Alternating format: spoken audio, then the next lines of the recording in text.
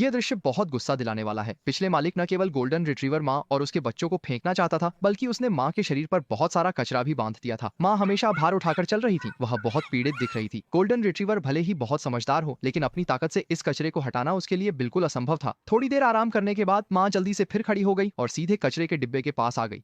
माँ का उद्देश्य बहुत स्पष्ट था। वह जैसे आई थी यह देखने की कहीं खाना है या नहीं। बच्चे भूख से लड़खड़ा रहे थे। अगर उन्हें जल्दी ऊर्जा नहीं मिली तो यह बहुत खतरनाक हो सकता है। उसने यहाँ बहुत देर तक खोजा, लेकिन कोई खाना नहीं मिला। माँ के पास कोई उपाय नहीं था। वह भीड़ भाड़ वाले इलाके में आई। उसे लगा कि यहाँ लोग ज्यादा हैं तो खाना जरूर मिलेगा। अफसोस की बात है कि माँ कितनी भी कोशिश कर ले, सब व्यर्थ ही रहा।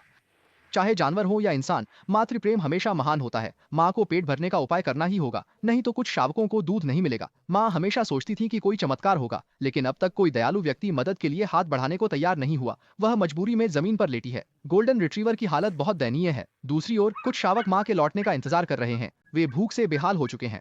बच्चों की आवाज सुनकर दिल बहुत दुखता है। माँ आखिरकार उनके पास लौट आई, लेकिन वह खाना नहीं ढूंढ पाई। किस्मत में बहुत सारी नाइंसाफियां हैं, लेकिन जिंदगी फिर भी चलती रहती है। माँ ने हार नहीं मानी, वह फिर से सड़क पर आ गई। अफसोस की बात है कि यहाँ कोई भी नहीं है।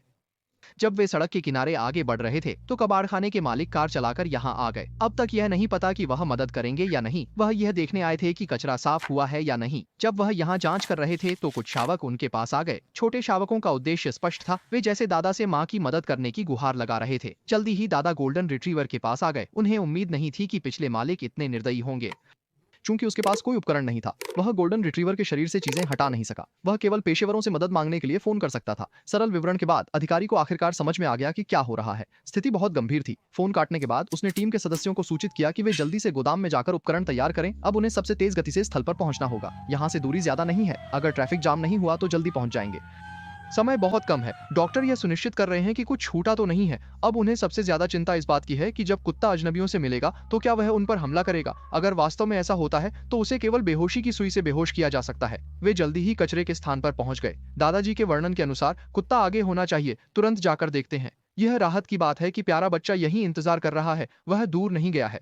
पुलिस अधिकारी ने पास जाने की कोशिश की। कुत्ता जैसे जानता था कि कोई भला इंसान उसकी मदद कर रहा है। उसने न केवल पुलिस अधिकारी पर हमला नहीं किया, बल्कि बहुत सहयोगी भी दिखा।